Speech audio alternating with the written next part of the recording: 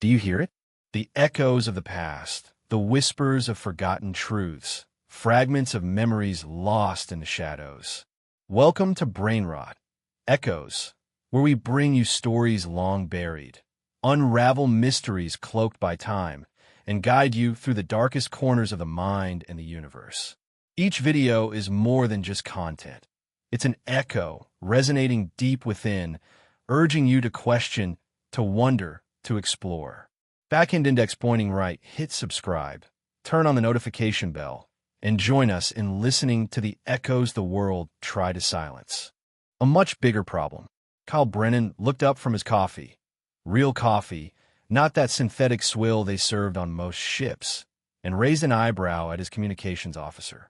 Lieutenant Vasquez had that particular look on her face that usually meant someone somewhere had royally screwed up. Define problem, Lieutenant, Kyle said. Are we talking oops, I spilled coffee on the console problem, or holy crap, we're all going to die problem? Somewhere in between, sir. We're receiving a priority transmission from the Galactic Council. They're requesting immediate assistance. Kyle nearly choked on his coffee. Requesting the Galactic Council? Those pompous jackasses who spent the last 50 years telling us we were too violent to join their little space club. The very same, Captain. Now that was interesting. For half a century, humanity had been knocking on the Galactic Council's door like an overeager kid trying to join the cool kids table at lunch. And for half a century, they've been told to sit in the corner and think about what they'd done.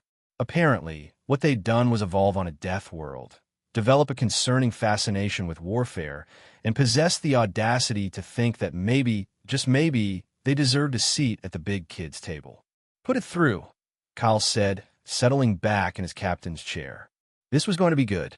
The main screen flickered to life, revealing the familiar sight of the council chambers. Except instead of the usual serene, holier-than-thou atmosphere, the place looked like someone had kicked over an anthill. Aliens were scurrying everywhere, their various tentacles, appendages, and other unmentionables flailing about in what could generously be called controlled panic. The figure that appeared on screen was Ambassador Zealer, a tall, reed-thin creature with skin like polished obsidian and eyes that had always looked at humans the way you might look at a particularly aggressive pit bull. Today, those eyes held something Kyle had never seen before: desperation. Captain Brennan, Zelter began, his voice carrying that distinctive harmonic quality that made it sound like he was speaking through a church organ. I trust you are well. Oh, I'm peachy, Ambassador. Just sitting here in my little corner of space, being too violent and primitive for polite society.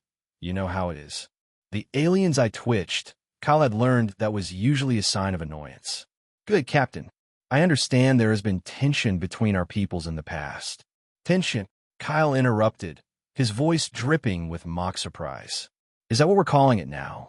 Here I thought it was more like 50 years of you telling us we're bloodthirsty savages who can't be trusted with sharp objects, let alone membership in your precious council. The circumstances have changed, Captain. Have they now? Let me guess. Someone bigger and meaner showed up to the party, and suddenly the scary humans don't look so scary anymore. The silence that followed was so pregnant it could have given birth to twins. Kyle took another sip of his coffee and waited. He'd learned a long time ago that silence was a weapon, and he wielded it like a master swordsman. The Devourers have returned, Zelter finally said, and Kyle nearly spilled his coffee for the second time that morning. The Devourers. Every species in the galaxy had heard the stories, passed down through generations like the worst kind of bedtime tale. An ancient race that had supposedly consumed entire star systems before mysteriously vanishing millennia ago.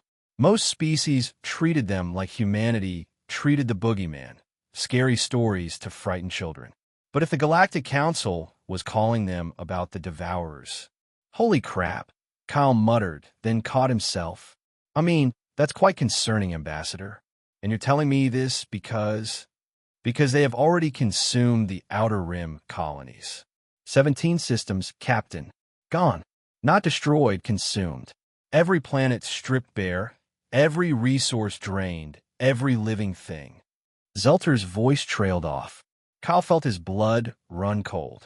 The Outer Rim colonies were home to nearly 1 billion sentient beings. We're past tense. How long do we have?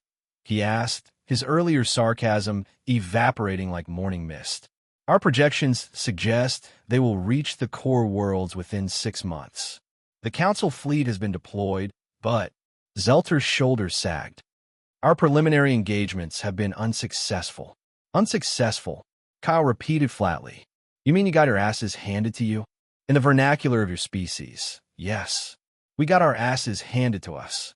Kyle had to admit he'd never heard a Galactic Council member use human slang before. It was almost endearing. Almost.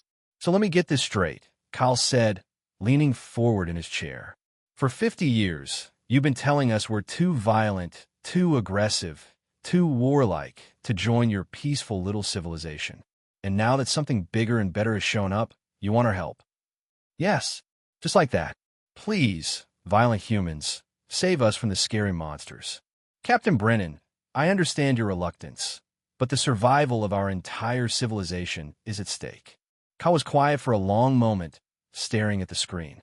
Behind Zelter, he could see other council members hurrying back and forth, their movements quick and frantic. Fear was a universal language, apparently. What exactly are you asking for, Ambassador? Full military support. Your fleet. Your weapons. Your expertise. Expertise.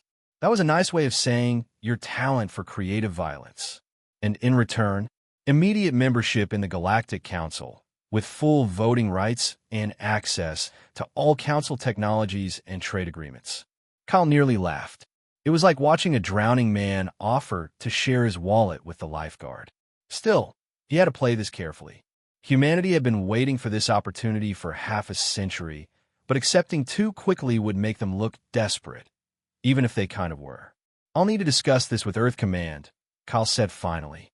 But Ambassador, you might want to start drafting that membership treaty. Something tells me we're going to be very motivated to help. The transmission ended, leaving Kyle staring at a blank screen. He took another sip of his coffee and grimaced. It had gone cold. Vasquez, give me a direct line to Admiral Harrison. Priority Alpha. Aye, sir. Kyle leaned back in his chair and allowed himself a small smile. After 50 years of being told they were too violent for civilized society, humanity was about to show the galaxy exactly what that violence looked like when it was properly motivated. This was going to be fun. The insane plan. 3 days later, Kyle found himself standing in the main briefing room of the UES Retribution, humanity's newest and most advanced battleship. The room was packed with officers from across the human fleet, and the tension was thick enough to cut with a knife. Admiral Harrison stood at the front of the room, his weathered face grim as he studied the tactical displays. Kyle had served under Harrison for nearly a decade, and he'd never seen the old man look quite this serious. Ladies and gentlemen, Harrison began, his voice carrying easily across the room. We are about to embark on humanity's first major military engagement as a member of the Galactic Council. A murmur ran through the room. The membership treaty had been signed just 12 hours ago, rushed through with a speed that would have made a cheetah jealous. 50 years of diplomatic red tape cut through in less than a day. Funny how impending extinction could motivate people. The enemy, Harrison continued, are called the Devourers. They are an ancient race that consumes entire star systems, leaving nothing behind but empty space and bad memories.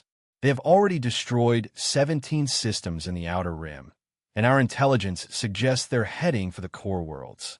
Kyle raised his hand. Admiral, what do we know about their capabilities? Not much, Harrison admitted. The Council's encounters with them have been brief and one-sided. What we do know is that their ships are massive, easily 10 times the size of our largest vessels, and they possess weapons that can crack planets like eggs. Sounds charming, someone muttered from the back of the room. The Council fleet has been decimated, Harrison continued. 3 separate engagements, 3 complete defeats. Their conventional tactics have proven utterly ineffective. Captain Weiss, a stern-faced woman from the destroyer Prometheus, spoke up. So what makes them think we'll do any better? Harrison's expression shifted slightly, and Kyle caught just a hint of a smile.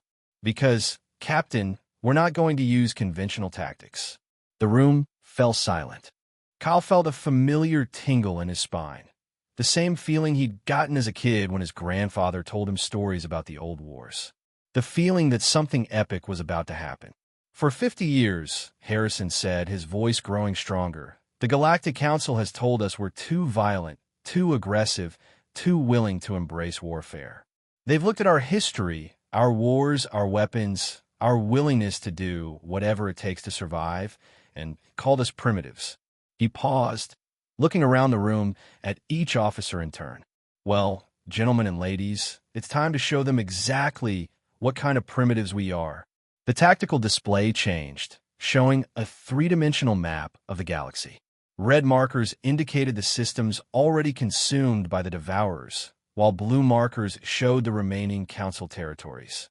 Between them was a thin line of yellow markers, the predicted path of the Devourer advance. Our job, Harrison said, is to stop them here at the Chronos system. It's the last major checkpoint before they reach the core worlds. If we fail, there won't be a second chance.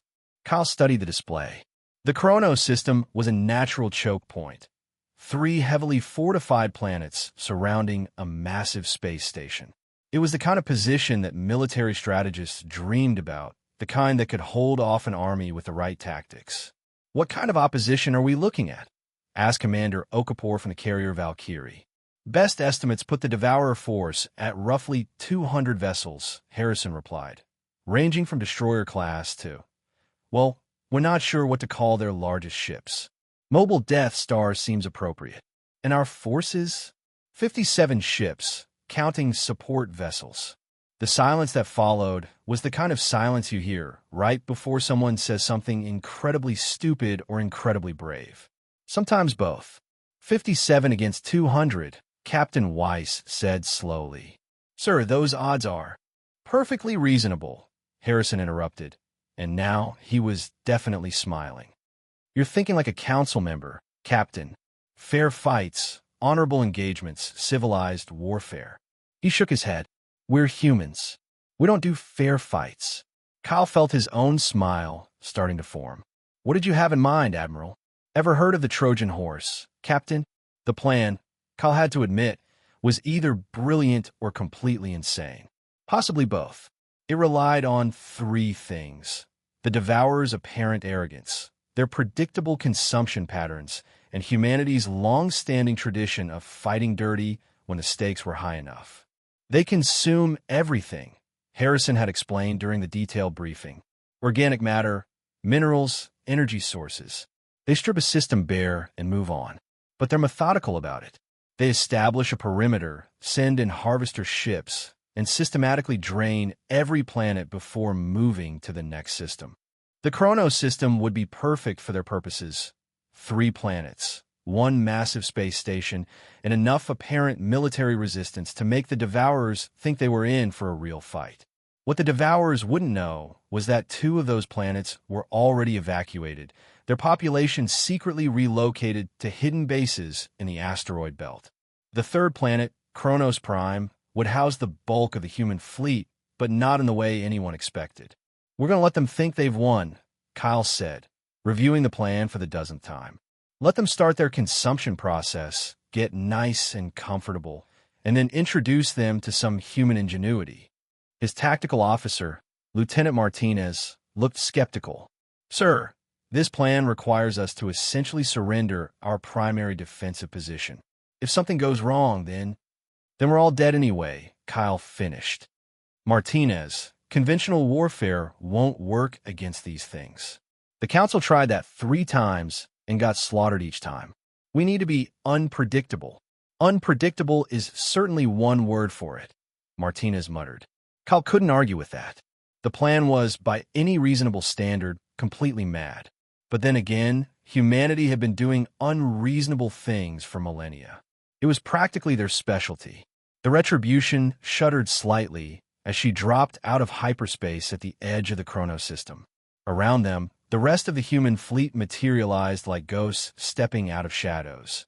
57 ships, ranging from massive battleships to sleek destroyers, all carrying the hopes of an entire civilization.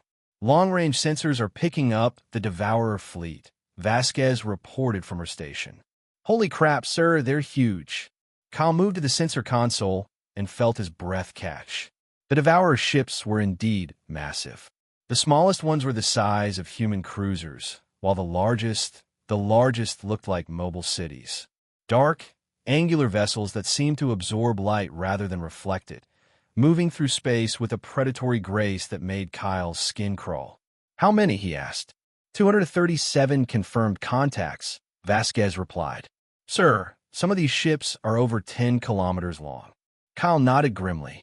Intel had been wrong about the numbers, but not by much. More importantly, the Devourers were behaving exactly as predicted. They'd established a perimeter around the outer edge of the system and were now sending smaller ships toward the planets. All ships, this is Admiral Harrison, came the voice over the comm. Phase 1 is now in effect. All vessels proceed to designated positions. Remember, people, make it look good. What followed was probably the most elaborate fake battle in the history of warfare. The human fleet engaged the Devourer advance guard with just enough resistance to seem legitimate, but not enough to actually win. Ships fired at maximum range, scored hits that looked devastating but were largely cosmetic, and gradually retreated toward Kronos Prime. Kyle watched the tactical display with professional interest. It was like watching a dance, a carefully choreographed retreat that would lure the Devourers into exactly the position they wanted them in. They're taking the bait, Martinez reported. Devourer main force is advancing toward Kronos Prime. Excellent. Signal the fleet, begin Phase 2.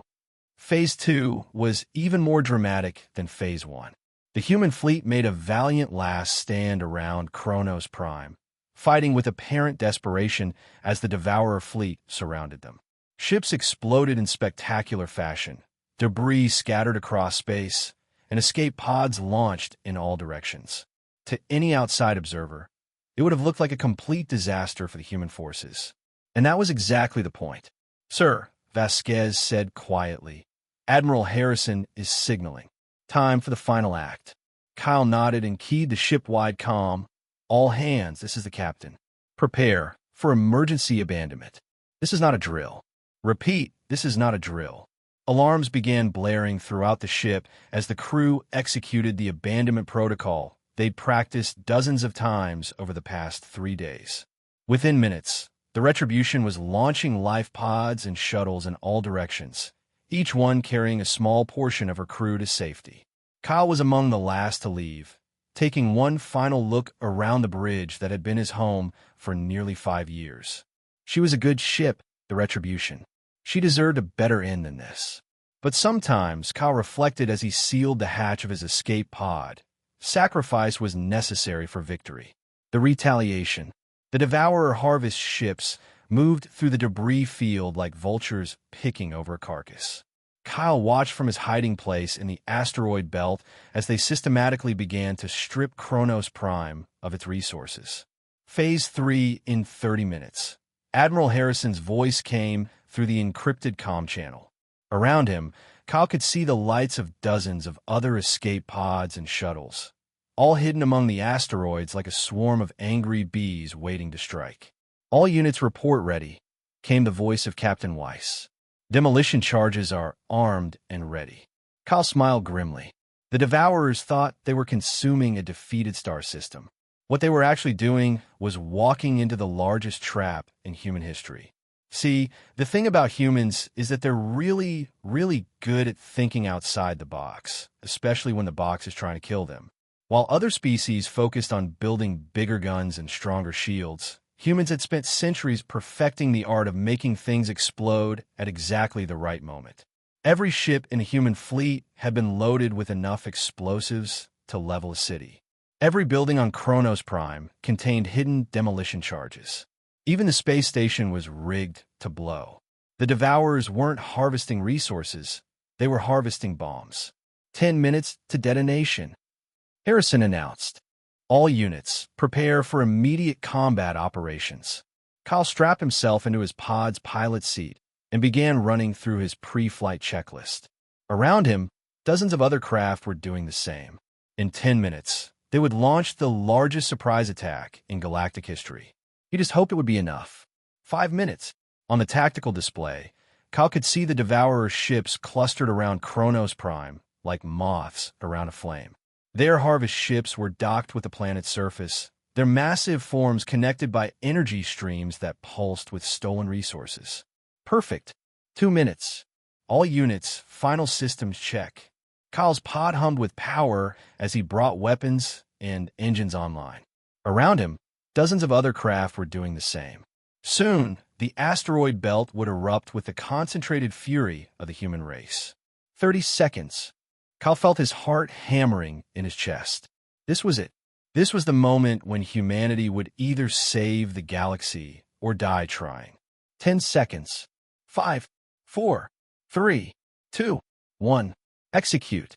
The universe erupted in light. Every explosive charge on Kronos Prime detonated simultaneously, turning the planet into a miniature star. The space station followed a split second later, adding its own fusion reactors to the devastating chain reaction. But the real surprise came from the abandoned human ships. Each vessel had been rigged with what human engineers cheerfully called U-bombs, fusion devices designed to turn a starship into a short-lived sun. When they detonated in the midst of the Devourer harvest fleet, the result was spectacular. Kyle's pod shook from a shockwave as he watched dozens of Devourer ships simply cease to exist. Others, caught too close to the explosions, tumbled through space with massive hull breaches and failing power systems. Phase 4. Harrison's voice roared over the comm. All units attack. The asteroid belt came alive as hundreds of human craft launched from their hiding places. Fighters, bombers, shuttles, escape pods, anything that could mount a weapon and fly, streaked toward the reeling Devourer fleet. Kyle's pod joined the swarm, its small plasma cannons spitting energy at a damaged Devourer cruiser. Around him, the space battle raged with an intensity that defied description. Human craft swarmed over the larger Devourer ships like antibodies attacking a virus, their weapons focusing on critical systems with surgical precision. Target their harvester connections, someone shouted over the comm. Cut them off from their power sources. It was chaos. Beautiful, violent, utterly human chaos. No formation flying, no coordinated maneuvers, just hundreds of individual pilots doing whatever they could think of to hurt the enemy. Some rammed their pods into Devourer ships. Others used their craft as improvised bombs, overloading their reactors at point-blank range. And it was working. Kyle watched in amazement as Devourer ships began to retreat from the system. The massive vessels that had seemed so unstoppable just minutes ago were now fleeing from a swarm of escape pods and shuttles. "Sir," Vasquez's voice came through the comm from her own pod. "I'm reading massive explosions throughout the Devourer fleet. Their ships they're tearing themselves apart." Kyle frowned, then his eyes widened as he understood. The harvester energy. They were connected to our ships when they exploded. The energy feedback is overloading their systems. It was perfect. The Devourer's own feeding mechanism had been turned against them, carrying the destructive force of human ingenuity directly into the heart of their fleet. All units, this is Admiral Harrison. Begin Phase 5. Hunt down any survivors and make sure they can't report back to their main fleet. What followed was less a battle than a rout. The surviving Devourer ships, their formation shattered and their command structure in chaos, were picked off one by human forces that seemed to be everywhere at once. Kyle's pod joined a group of fighters in pursuing a damaged destroyer, their combined firepower finally overwhelming its shields and sending it spinning into the system star. When the shooting finally stopped, Kyle found himself floating in space, surrounded by debris and the soft glow of cooling plasma. The Kronos system, which had been a lush star system just hours ago, now looked like a graveyard. But it was a graveyard filled with Devourer wreckage. "Casualty report." Harrison's voice came over the comm, calmer now, but still carrying the adrenaline of battle. The numbers, when they came in, were almost too good to believe.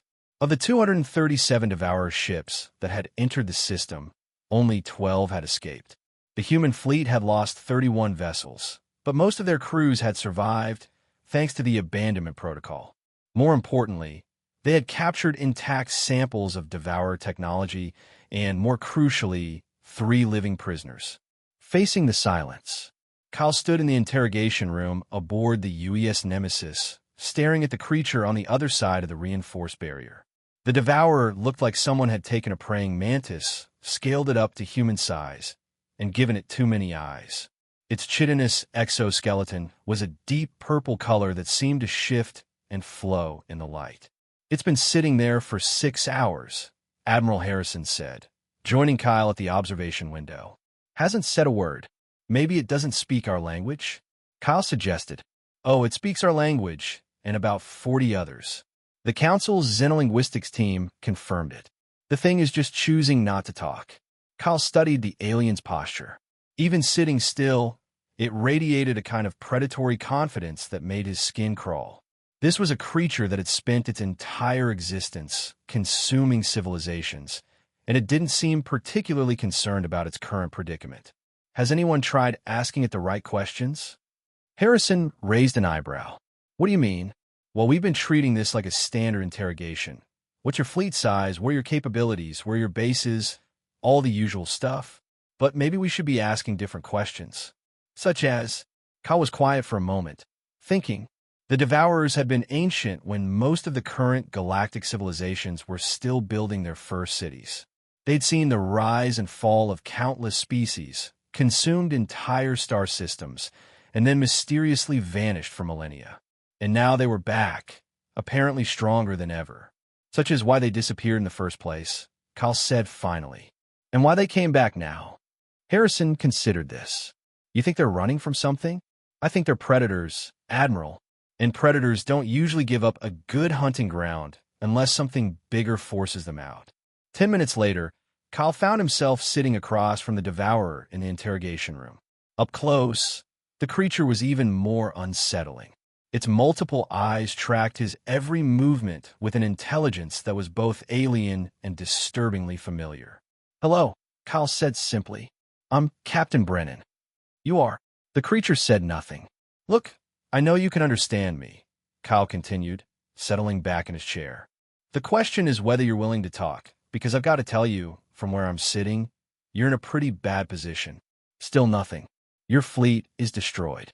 Your harvesting operation is ruined. And you're stuck in a cage, being studied by a bunch of primitive savages who just handed you the worst defeat your species has seen in, 1,000 years. One of the creature's eyes twitched. "But here's the thing," Kyle said, leaning forward. "I don't think you came here to conquer us. I think you came here because you were running for something else. Something that scared you enough to wake up from whatever hole you've been hiding in for the last few millennia." The Devourer's head tilted slightly, and Kyle knew he was on the right track.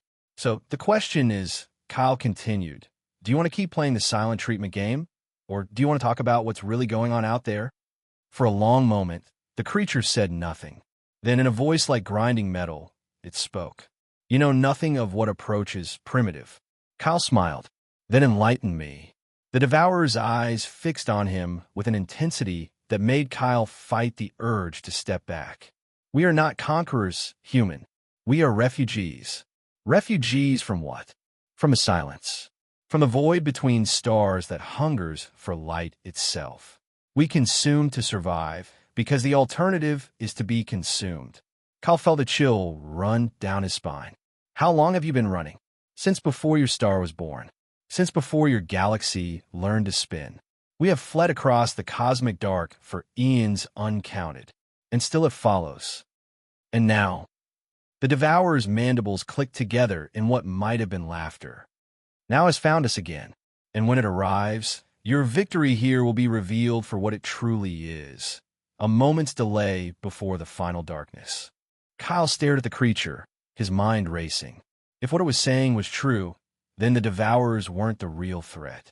They were just the first wave, the appetizer before the main course. "How long do we have?" "Your species measures time in years, yes? Perhaps 50 of them, perhaps less." The silence moves slowly, but it moves inevitably. Kyle stood up, his chair scraping against the floor. "And you're telling me this because..." Because, primitive, you have done what no other species has managed in 10 million years. You have hurt us, not destroyed us, but hurt us enough to make us reconsider our approach. You want to make a deal? We want to survive. And for the first time since we began our flight, we believe there might be another way. Kyle looked at the creature for a long moment, then turned and walked toward the door. At the threshold, he paused. What kind of deal? Your species has a talent for unexpected solutions. Help us find a way to fight the silence, and we will help you prepare for its arrival. Kyle left the interrogation room with his head spinning. In the corridor outside, Admiral Harrison was waiting for him. Well, the Admiral asked. We got a problem, sir. A much bigger problem than we thought. Protecting the galaxy. 18 months later, Kyle stood on the bridge of the rebuilt UES Retribution, now equipped with technology that made her previous incarnation look like a wooden sailing ship, and watched as the final stellar collector came online. That's the last one, Vasquez reported from her station. All 50 collector arrays are now operational and feeding power into the barrier grid. Around them, the bridge hummed with barely contained energy. Every surface glowed with status displays showing the incredible feat of engineering they'd just accomplished. 50 stellar collectors, each one a structure the size of a small moon, positioned around stars throughout the galaxy and channeling their entire energy output into a quantum barrier designed to keep cosmic horrors at bay. It was, Kyle reflected, probably the most human solution to an impossible problem anyone had ever conceived. Sir, Martinez called from the sensor station. I'm reading massive dimensional fluctuations at the galactic rim. The silence is here. Kyle felt his stomach drop. They'd known this moment was coming, had been preparing for it for over a year, but somehow it still felt too soon. All stations, battle alert, he ordered. This is not a drill. Throughout the galaxy, similar alarms were sounding on ships belonging to every species in the Galactic Council. The largest coordinated defense in galactic history was about to be put to the ultimate test. Visual on the main screen, Kyle said. What appeared before them defied description. The silence wasn't a ship, or a fleet, or even a recognizable entity. It was an absence, a crawling void that seemed to devour light itself, leaving nothing behind but a hunger that made Kyle's bones ache just looking at it. Jesus Christ, someone whispered. It's trying to establish breach points. Kethar, the devourer prisoner who had become their unlikely ally, reported from his station. 17 attempted dimensional tiers detected along the galactic rim. Barrier response? Kyle asked. The quantum membrane is holding, came Admiral Harrison's voice over the comm from the command ship. Barrier integrity at 97%. The tiers are being neutralized as fast as they form. For a moment, Kyle allowed himself to hope. Maybe, just maybe, they'd actually done it. Maybe humanity's insane plan to build a fence around the galaxy was actually going to work. Then the silence did something unexpected. It stopped trying to create tiers and instead began to probe the barrier itself, testing it like a predator examining the bars of a cage. Sir, Martinez said, his voice tight with concern. The silence is adapting. It's learning how our barrier works. Of course it was, because nothing in Kyle's life had ever been simple. How long do we have, he asked. Unknown, sir, but based on the pattern of its probes, maybe 6 hours before it figures out how to breach the barrier. Kyle was quiet for a moment, thinking. 6 hours to come up with a solution to a problem that had stumped the galaxy's greatest minds for over a year. No pressure. All stations, this is Captain Brennan. As you can see, our barrier is holding for now, but the silence is adapting. We need a new approach, and we need it fast. Harrison's voice came over the comm. Captain, the research teams are standing by. What did you have in mind? We're going to teach the silence what it means to pick a fight with humanity. The plan they came up with was so completely insane that even by human standards it qualified as spectacularly unhinged. They were going to turn their entire defensive barrier into an offensive weapon by reversing the polarity of the quantum membrane, essentially turning the galaxy into a giant bug zapper. What followed was the most frantic 4 hours of engineering work in galactic history. Every stellar collector had to be reconfigured. Every barrier generator had to be modified, and the entire quantum membrane network had to be rewired to channel energy outward instead of inward. All stations, Kyle said into his comm as the moment of truth arrived. This is it. Initiate barrier reversal in 10 seconds. 5, 4, 3, 2, 1. Execute. For a split second, nothing happened. Then the galaxy lit up like a Christmas tree on steroids. Every star in the barrier network suddenly blazed with light as their collected energy was channeled not into defense, but into the most concentrated attack in cosmic history. The quantum membrane, designed to keep things out, suddenly became a weapon designed to obliterate anything it touched. The effect on the silence was immediate and dramatic. The creeping void that had been seeping into their reality suddenly recoiled as if it had touched a live wire. Direct hit, Martinez shouted. The silence it's pulling back. But Kyle could see on the tactical display that their victory was temporary. The silence was wounded, yes, but not destroyed. And now it was trying a different approach. Instead of breaching their reality, it was trying to drag their reality into its own dimension. This is Captain Kyle Brennan of a human defense fleet. Kyle announced to the entire galaxy, to every ship, every crew, every person listening. We are facing the end of everything, but we are not giving up. We're going to do what humans have always done when faced with impossible odds. We're going to fight until the last possible second, and then we're going to fight some more. What followed was the most chaotic, desperate, and beautiful battle in the history of warfare. Thousands of ships from dozens of species threw themselves at the dimensional rifts with weapons that had no business affecting extra-dimensional entities. It shouldn't have worked. By every law of physics and logic, their attack should have been utterly ineffective against something that existed beyond normal space-time. But humans had never been particularly concerned with what should and shouldn't work. It's working, Martinez shouted over the din of battle. The dimensional rifts are destabilizing. The combined firepower of the Galactic Defense Force focused on a single point in space-time, creating a feedback loop that caused the silence's anchor points to cascade into failure. Reality snapped back into its proper configuration with an almost audible twang, and the creeping void that had threatened to consume everything suddenly found itself cut off from its source of power. The silence, for the first time in eons, retreated. Status report, Kyle said as the immediate crisis passed. The silence is withdrawing beyond the galactic rim. Martinez reported. Dimensional stability is returning to normal parameters. They'd lost nearly a quarter of the defense fleet, but they'd saved the galaxy. More importantly, they'd proven that the silence could be fought and defeated. Admiral Harrison, this is Captain Brennan. Mission accomplished. The galaxy is secure. Excellent work, Captain. All ships stand down from combat alert. We're going home. Home. Kyle had never heard a more beautiful word. Epilogue.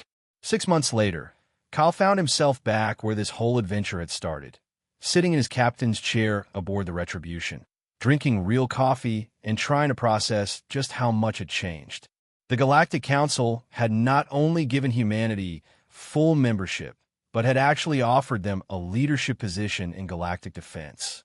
Apparently, saving the entire galaxy from cosmic annihilation was the kind of resume booster that opened doors. The Devourers, meanwhile, had been granted refugee status and were working to establish their first permanent settlements in millennia.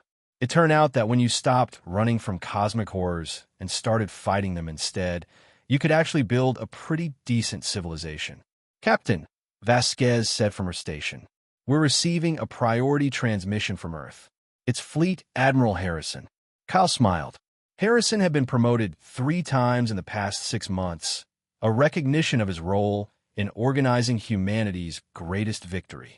Put him through. Harrison's weathered face appeared on the main screen, but instead of his usual serious expression, he was actually smiling. Kyle, I've got news. The Council has approved construction of the new Deep Space Defense Network. We're going to build monitoring stations beyond the galactic rim to watch for any signs of the silence returning. And they want us to run it. I'm guessing they want humans to design it, build it, and command it? Apparently, We've gained something of a reputation for creative problem solving. Kyle chuckled. Creative problem solving. Is that what they're calling it now? Among other things, the Altarian delegate referred to our tactics as magnificently unhinged. I think it was meant as a compliment. Probably was. Any word on the exploration missions? The first deep space reconnaissance ships launch next month. We're finally going to find out what's beyond our galaxy, and whether the silence was running from something even worse. Kyle felt a familiar tingle of anticipation. Just when he thought humanity had reached its peak of cosmic significance, the universe found new ways to challenge them. Sir, Martinez called from his station. We're approaching the Kronos Memorial. The dedication ceremony begins in 1 hour. Kyle nodded. They were returning to the site of humanity's first great victory to dedicate a memorial to all the beings who had died fighting the Devourers and the Silence. It seemed fitting, somehow, to honor the dead in the place where they'd first proven that the impossible was just another word for difficult. Admiral, we'll talk more after the ceremony. Brennan out. The transmission ended, leaving Kyle alone with his thoughts and his coffee. Through the main screen, he could see the rebuilt Kronos system in the distance. 3 new planets had been constructed to replace the ones they destroyed, and a massive space station served as both a military base and a symbol of interspecies cooperation. Captain, Vasquez said quietly, if you don't mind me asking, do you think we'll ever have a normal, peaceful assignment? Kyle considered the question seriously. Humanity had gone from galactic outcasts to galactic protectors in less than 2 years. They'd made allies out of enemies, turned defensive barriers into weapons of mass destruction, and taught an ancient cosmic horror that sometimes the good guys actually win. Vasquez, he said finally, we're humans, serving in a galaxy full of strange aliens, cosmic horrors, and physics that apparently change depending on how creatively you apply them. I'm not sure normal was ever really an option. Fair point, sir. Kyle raised his coffee cup in a mock toast. To abnormal assignments and the stubborn refusal to accept that anything is impossible. Aye, sir.